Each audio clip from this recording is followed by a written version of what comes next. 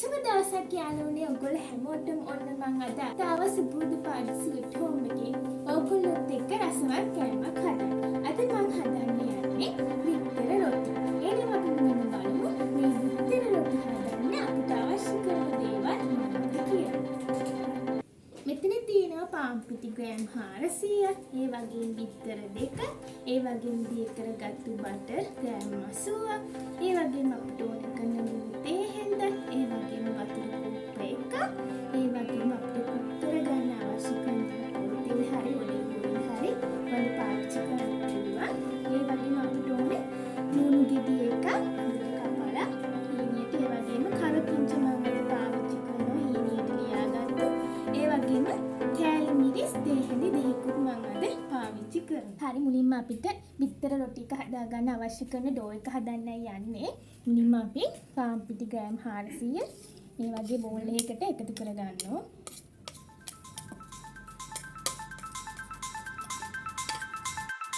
ඊට පස්සේ අපි ලුණු තේ හැඳක් එකතු කරගන්න ඕනේ.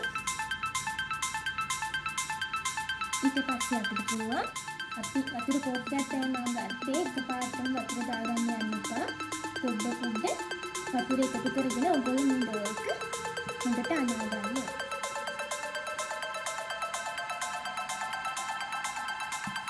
හරි, දැන් අපි මේ විදිහට වතුර සෝපේ නැගෙන එකතු කරගෙන හොඳට අපි මික්ස් කරගන්න ඕනේ. මේ විදිහට අපි හැන්දට ටිකක් බර ගතිය දැනෙනකොට අතින් මික්ස් කරන්න ඕනේ.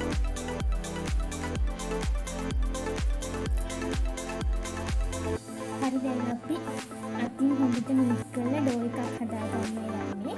මේ වෙලාවට මම වතුර මේස හැන්ද තමයි එකතු කරගන්නේ. එකපාර උන්නේ වතුර ගොඩක් එකතු කරගන්න එපා. මුලින්ම අපි වතුර කෝප්පයක් එකතු කරගන්නවා.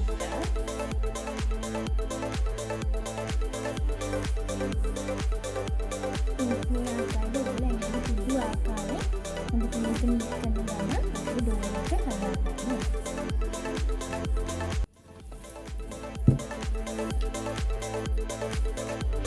හරි, දැන් අපේ ඩෝ එක ගානට පදමට ඇවිත් තියෙනවා. ඔයගොල්ලෝ විනාඩි 20ක් විතර මේක හොඳට හීට් කරගන්න ඕන. ඔයගොල්ලෝ පුළුවන් ලෑල්ලක් උනත් පාවිච්චි කරන්න මේ වෙලාවේදී. හරි, දැන් අපි හොඳට නීට් කරගත්ත අපේ ඩෝ එක ගානට පදමට ඇවිත් තිනවා. දැන් අපි මේක වහලා විනාඩි 15ක් වගේ තමයි තියන්නේ. ටිකක් පිපෙන්න තියන්න අචීතේකින් හරි ටික කවරකින් හරි මේ විදිහට කවර් කරලා විනාඩි 15ක් අපි තියාගන්න ඕන. හරි, දැන් අපි මේ පිපෙන්න තිබ්බ ඩෝ එක මේ තියෙන අපි දැන් මේක චූටි බෝල්ස් හදාගන්න ඕනේ.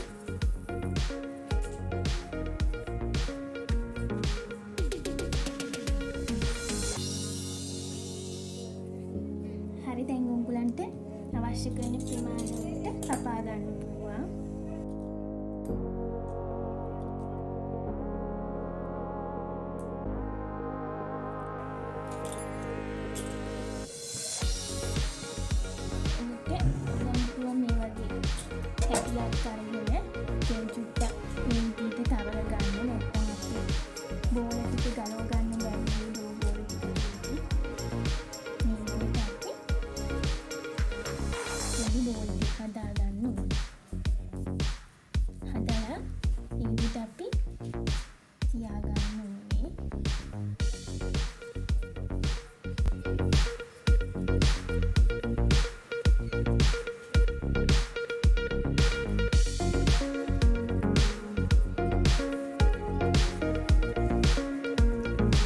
හරි, දැන් අපි සාදාගත්තු ඩෝ ටික තව විනාඩි 10ක් හොඳට පිපෙන්න තියන්න ඕනේ. දැන් අපි අවශ්‍ය කරන බිත්තර මිශ්‍රණය හදාගන්න යන්නේ. අද මම බිත්තර දෙකක් පාවිච්චි කරනවා. අපි මුලින්ම ලුණු අවශ්‍ය පමණ ලුණු ස්වල්පයක් එකතු කරගත්තා.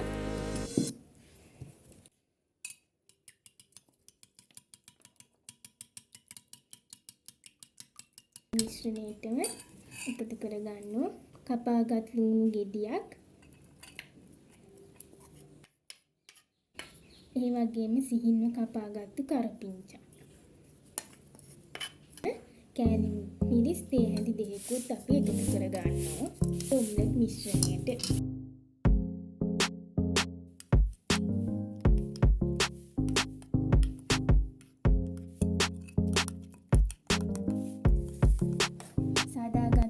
ඩෝ ටික තමයි මේ තියෙන්නේ. මට පේනවා හොඳට පිපිලා තියෙනවා. දැන් අපි මේකෙන් අපේ බිත්තර රොටි හදන්න යන්නේ. මේ වගේ අපි තියාගෙන රෝලර් එක පාවිච්චි කරන්න පුළුවන් උගලන්ට. මුලින්ම අපි ඔයිල් හරි බටර් හරි චුට්ටක් අපේ රෝලර් එකේ තවර ගන්න ඕනේ. අපිට මේකේ ඇලෙන්න සුළු ගතියක් එන්න පුළුවන් නිසා මේ විදිහට ඔයගොල්ලෝ රෝලර් එකක් ආධාරයෙන් හොඳට මේ ඩෝ එක දිග අර ගන්න ඕනේ.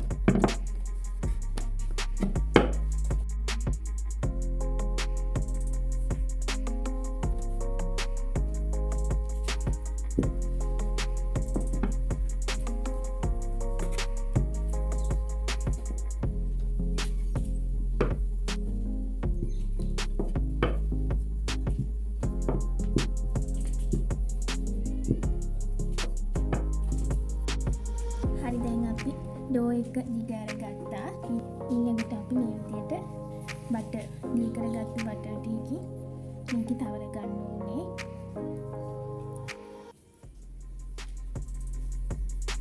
ඊට පස්සේ අපි කලින් සඳහාගත්තු මිශ්‍රණයෙන් ස්වල්පයක් මේකට එකතු කරගන්න ඕනේ.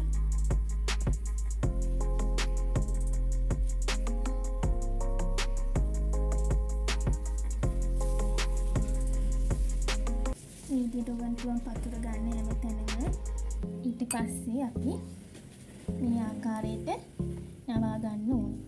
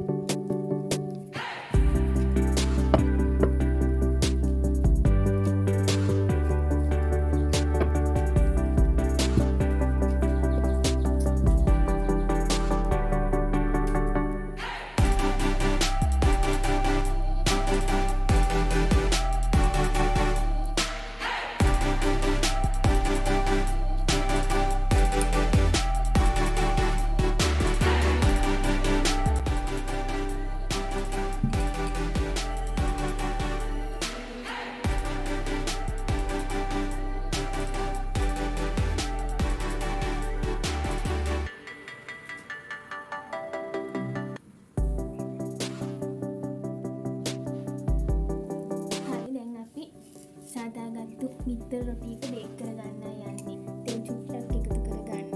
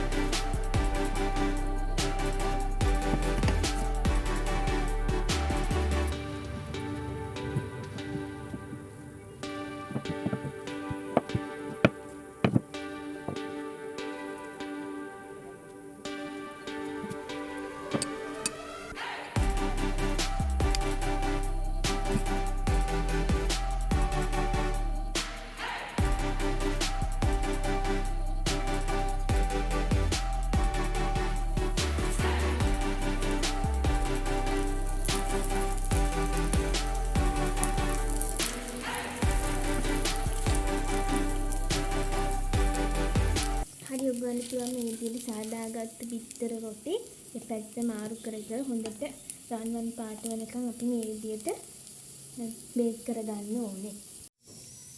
හරි දැන් අපි හොඳට රන්වන් පාටට බ්‍රවුන් කලර් එක දාපු බිත්තර රොටි ටික වාගන්නයි යන්නේ. ඊළඟ ඇත්තටම හරිම සුවඳක් දෙනවා. ඔයගොල්ලෝ දෙවිදි හදලා බලන්න උගන්ට කන්න ආස හිතෙන සුවඳක් දැනෙනවා.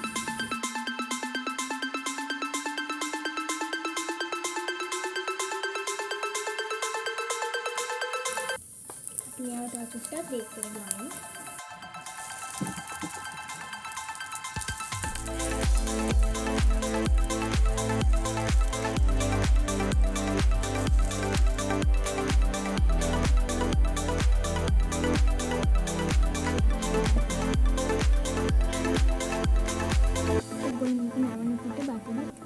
චුට්ටකුත් අරගෙන නවන්න.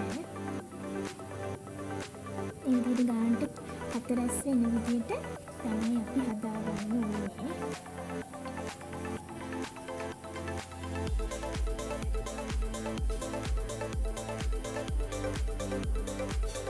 හරි, දැන් අපි අන්තිම බිත්තර රොටිය තමයි සාදාගත්තේ. දැන් අපි මේක බේක් කරගන්නවා.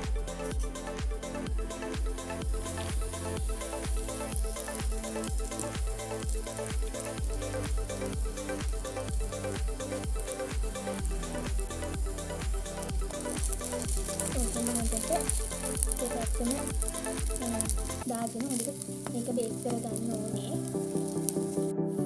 හරි, මේ දෙක හරි වගේ පේනවා.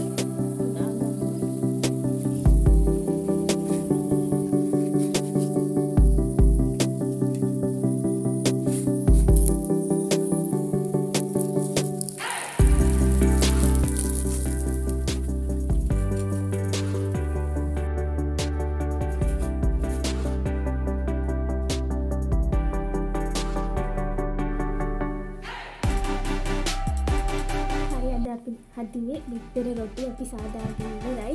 ඔයගොල්ලෝ අනිවාර්යෙන් මේක හදලා බලන්න. හරිම රසවත්. ගොල්ලන් දෙපිරින්න හැමෝම කැමති වෙයි මේක හදලා තේරෙන්න රස බලන්න. එහෙනම් සුපුරුදු පාදම ඔයගොල්ලෝ මේ වීඩියෝ එකෙන් මොනවාම හරි දෙයක් ඉගෙන ගත්තා නම් අපිට ලයික් එකක් දාලා කමෙන්ට් එකක් දාලා අපිව සබ්ස්ක්‍රයිබ් කරන්න. එහෙනම් එකක් අපේ බලන්න මොනවා වේද කියලා.